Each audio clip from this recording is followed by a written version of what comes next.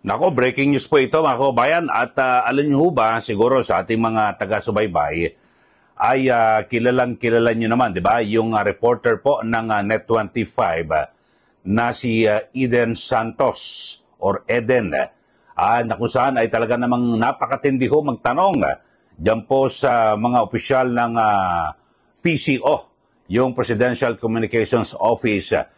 At 'di ba, kita-kita niyo naman minsan talagang naalibadbaran po, 'di ba, si Palace Press Officer at Undersecretary Claire Castro sa mga matitinding tanong ni Eden Santos ng Net25. Alam niyo ho ba na ngayon ho ay meron pong ginagawa ho ngayon ang PCO, ito hong Presidential Communications Office, na gusto pong palayasin diyan po sa Malacanang, ito pong si Eden Santos. Ito ho. At meron ho silang liham sa pamunuan ng network, ito hong Net25. At meron po silang ginagawang ibang rason at alibay na kesyo may nilabag daw ho na mga alituntunin. Ito pong si Eden Suarez. Pero alam naman ho natin na talagang kumbaga sa ito pong si Eden Santos ay tinik sa lalamunan ni PCO Undersecretary Claire Castro. Mga kababayan, ito, basahin nyo po itong sulat ng PCO. Ayan, tignan nyo muna. May letterhead, Office of the President of the Philippines.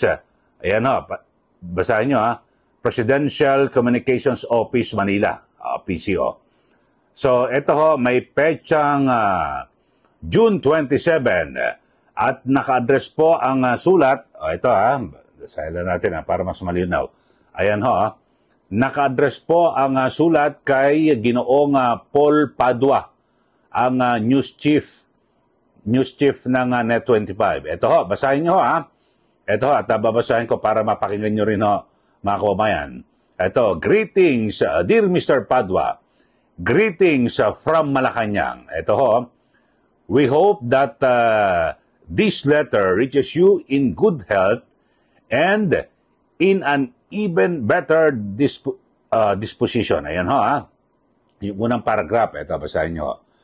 Tapos, last Tuesday, June 25, 2025, President Ferdinand Bongbong Marcos Jr. led the destruction of billions of pesos worth of illegal drugs at the Clean Leaf, ito hong sa Tarlac, Clean Leaf International Corporation facility, dyan po sa Capas, Tarlac. So sabi po, while the event was successful, we have to invite your attention regarding the breach of protocol committed by your reporter, Eden Santos, who is also member of the Malacanang Press Corps. Santos violated the Media Advisory MA-25109 in approaching the President directly, not once, but twice, even if there was already an assigned place for reporters and cameramen in the venue. Strictly courtesy and decorum dictate that when covering the President, a certain distance should be observed at all times. So, yun po, ang kanilang inireklamo, mga kababayan, ginagawang dahilan o rason dito po ay dahil sa meron pong naka-assign na lugar para sa mga miyembro po ng media, di ba, Malacanang Press Corps. At bigla raw ho itong parang nagtangka ho na tanungin si Pangulong Marcos Jr. So, alam nyo ho, ito para po sa kalaman nating mga taga-subaybay. Ako po ay nag-cover sa Malacanang ng 17 taon. Simula ho ng panunungkulan ni dating Pangulo, yumaong Pangulong Fidel Ramos, bumalit ho dyan, tapos si Erap Estrada, Gloria Macapagal-Arroyo, tapos yung unang taon ng ni Noynoy Aquino. So yan po mga kababayan, at ako ho ay naging presidente ng Malacanang Press Corps, mga kababayan. At talagang, bagamat merong talaga may protocol ng ganyan na talagang medyo, kumisan talagang diyan kayo sa gilid Pero minsan talaga may mga reporter na talagang magtatanong dahil sa, siyempre, talagang gusto gusto maka-scoop or nandiyan na sa harap mo ang Pangulo. Kung sasagot naman ang Pangulo, di okay. Di ba? Okay yon. Pero kasi gano'n ho, kahit na ako nagtatangka, Mr. President, bigla isisingit mo tanong. Pero pag tumanggi ang Pangulo, okay lang naman. Diba? Hindi ka pipilit. So ito po yung kanilang reklamo, mga kababayan, at lumabag daw po sa protocol ito pong si Eden Santos. Tapos ito, ipagpapatuloy natin yung sulat. Sadly, this is not the first time that Santos has violated this rule. Ang sabi ho, ay hindi raw po ito ang unang pagkakataon na lumabag sa panuntunan o sa protocol ito hong si Eden Santos. So ito yung sumunod na sa sulat ho ng PCO sa pamunuan po ng network o yung Net25. Ayun na, basahin nyo para mas malinaw at mas maganda para ma-discussion natin mabuti. Ayan ho. Tapos sabi ho ng PCO sa kanilang sulat, ito ho while we recognize the zeal and even the need for Santos to get a story from the President, we should also recognize the need for our reporters to observe and respect the rules specifically set to ensure the safety and well-being of the President.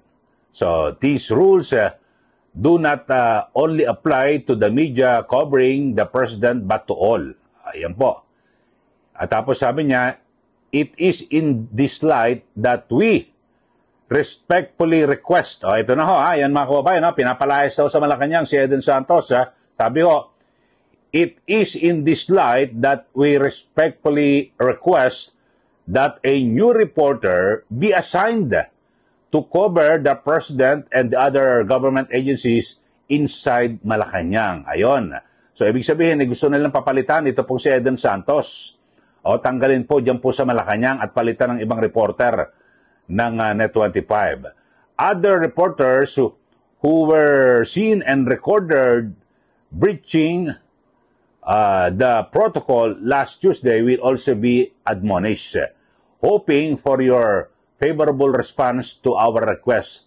I remain. Ito, respectfully yours, Erelson A. Kabatbat, Assistant Secretary for Media Affairs and Relations.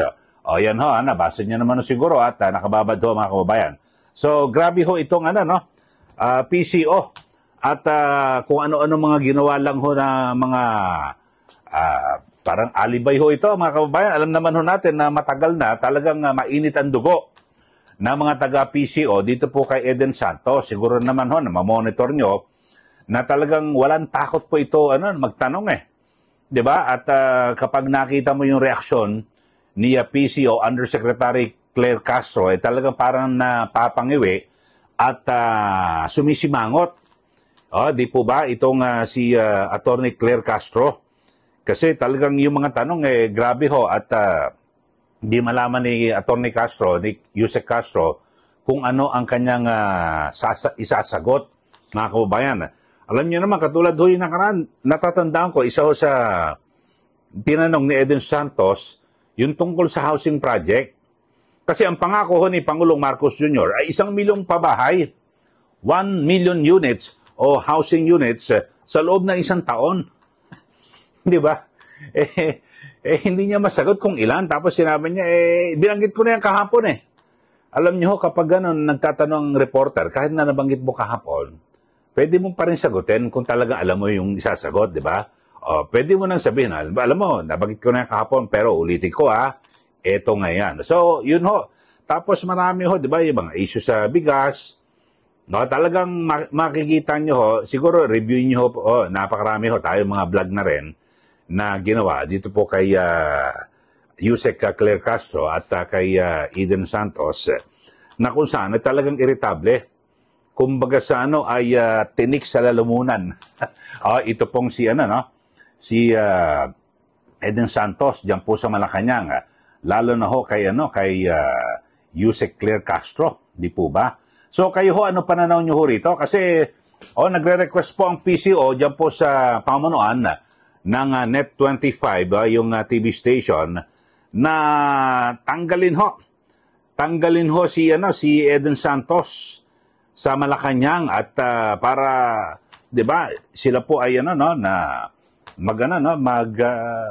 magpalit daw ho ng bago. Katulad ito sa fake news na sinasabi.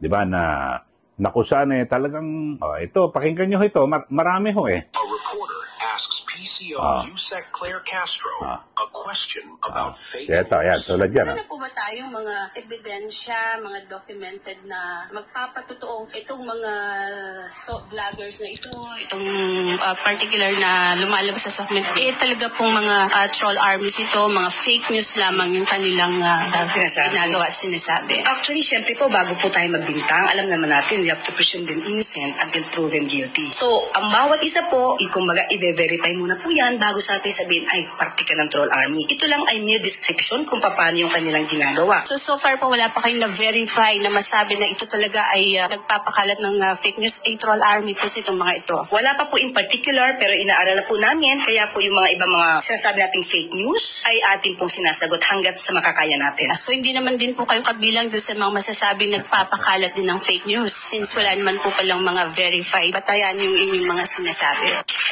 Sabi ko. Kita niyo na ba yung mga tanong? Sample lang ho yan. Sample lang ho yan na mga tanong ni Eden Santos, di po ba? So, ito Ito. Sasabi sa akin na humihingi ng ganitong klaseng pag-test. Ang atin pong mga kababayan Sino na po in particular? Napanood niyo po? Sigurong... Ikaw na po ba? Sige po. Ikaw po ang humihingi? Okay. Pero po masabi lang ninyo na mayroong humihingi. Pero marami po sa social media po kayo ay nagbabasa po sa SOCMED, Madam Yusek. So, isa ka nga sa humihingi. Kasi po gusto niyo... Tanong ko nga, isa ka ba? Kasi we have to be specific on this. Isa ka ba sa humihingi? Ang mga kababayan po natin... So, isa ka sa humihingi? Actually, I'm a journalist. Hindi nga, naman po ako humihingi. Pero parang gusto ninyo na meron lang kayong basihan. Basihan. Sino nga po? Kasi sabi niyo po kanina, ay napanood yun niya ata sa social media. Madam Yusek, syempre kami po ay mga Pilipino rin. As a journalist, gusto po namin na hindi fake news. Yun pong aming ibabalita sa taong bayan. Okay, so humihingi po si Attorney Vic Rodriguez, di ba matagal na rin naman niyang hinihiling niyang hair follicle test. Kayo po na nagbibintang, kayong humihingi at nagdidiman sa Pangulo, kayo muna ang magpatunay na mayroon siyang ginagawang mali. Kapag wala po kayong napatunayan, wala po kayong karapatan humingi sa Pangulo ng anuman demand patungkol sa hair follicle test. Kaya ang tanong ko po, sabi niyo sa so yun ho mga kababayan, yung mga ilan sa mga sagutan di ba? Ni Eden Santos, yung reporter po ng Net25, at ito pong si Yusek Claire Castro. Siguro natatandaan niyo naman yung sagutan at talagang yung nagsimula yan, at hanggang sa tumagal, alam nyo kung mapapansin niyo, ang ginawa ho, minaniobra po nila si Eden Santos ginawa ho nila dyan. Kapag nagtatanong, hindi na pinapakita sa camera. Walang shot ho sa kanya. Halimbawa, press con ho ni Yusek Claire Castro diyan po sa Malacanang. Kapag nagtatanong ho si Eden Santos, boses na lang ho Tapos hindi ho nakikita na sa camera, hindi ho kinukunan. Pansinin niyo ho, mga kababayan. At kung saan ng anggulo na nakatalikod, o natatakpan kunwari ng reporter, ganun ho minaniobra nila nung umpisa. Pero ngayon ho, ang ginawa ho ay, meron na ho sila nakitang alibay. Dito, at ang sabi ho nila, lumabag daw po sa panuntunan, sa protocol, ito pong si Eden Santos, dahil sa nagtangka po na magtanong kay Pangulong Marcos Jr. nung, di ba, yung incineration, yung sa may Kapastarlak. Ako, tagal ho ako naging Malacanang reporter at naging presidente pa ho ako ng Malacanang Press Corps, mga kababayan, na kung saan ay dumaan sa harap mo ang Pangulo, pwede mo naman tanungin, hindi naman bawal ho yun kung sumagot siya, okay. Pero kung hindi ka pinansin, okay lang din. O, di po ba? Pero hindi po masasabi na lantarang paglabag po yan sa protocol. Kasi alam nyo ho yung mga journalists, yung mga mamahayag, tulad ko ho, mga kababayan, talagang pag nakita mo, siyempre gusto mong makauna rin. Baka biglang sumagot sa yung Pangulo, may gusto kang itanong. Di ba? Yun lang ho, mga kababayan. At alamin ho natin kung ano magiging tugon dito ng pamunuan ng Net25. So, nagbigay na ho ako sa inyo ng mga ehemplo. Siguro natatandaan nyo. Itong si Eden Santos, mga kababayan. Yun lang ho. Pero sa aking pananaw ho, bilang presidente po ng Malacanang Press Corps, ay wala po silang karapatan ang PCO na mag-request o na papalitan ng reporter. Kung talagang lumabag ho kayo, kung lumabag ho sa protocol, kasi alam nyo, pribadong grupo ho ang Malacanang Press Corps. Sa tingin ko, hindi naman sobrang mabigat po yung gano'n na, siyempre may espasyo kayo, tapos bigla kang nagtanong sa Pangulo, nasa Pangulo naman ho yun, kung sasagot siya o hindi, kung hindi ka pinansin, di wala. Ang mahirap po, halimbawa, nagtatalumpati ang Pangulo, bigla kang lumapit sa kanya. Tanungin mo. Yun siguro talaga yung mga matitindi ho.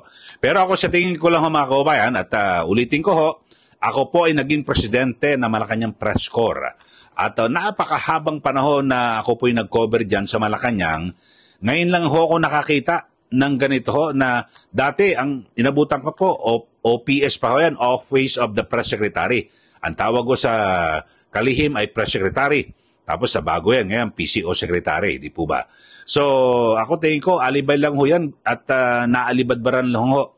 Ito pong si Yuse Claire Castro, dito po sa mga tanong ni Eden Santos, yung reporter po ng Net25. So, yun lang ho, mga kababayan. At siguro, ay dapat ho ay kundinahin po ito, no? Ng NUJP at iba't ibang mga grupo dahil sa ito po ay pagsagkarin po no sa malayang pamamahayag, karapatan po ng malayang pamamahayag kasi napakaliit na bagay. Mga kababayan, nagtanong lang, sumingit ang masama, nag-i-speech tapos i-interrupt mo, pinigilan mo, parang naantala yung pag-i-speech yun. Pwede yung siguro. Pero yun ho parang nagtangkang mag-ambush interview o magtanong. Wala hong, sa tingin ko lang ho yun Kasi ako, kahit pa paano, may kay din man ako magsalita dahil naging presidente po ako ng Malacanang Press Corps at dati po ako, napakahabang panahon. Ang daming administrasyon, Ramos Administration, Era Estrada Administration, Gloria Macapagal Arroyo Administration, tapos may bahagi ng konti kay Noynoy Aquino Administration.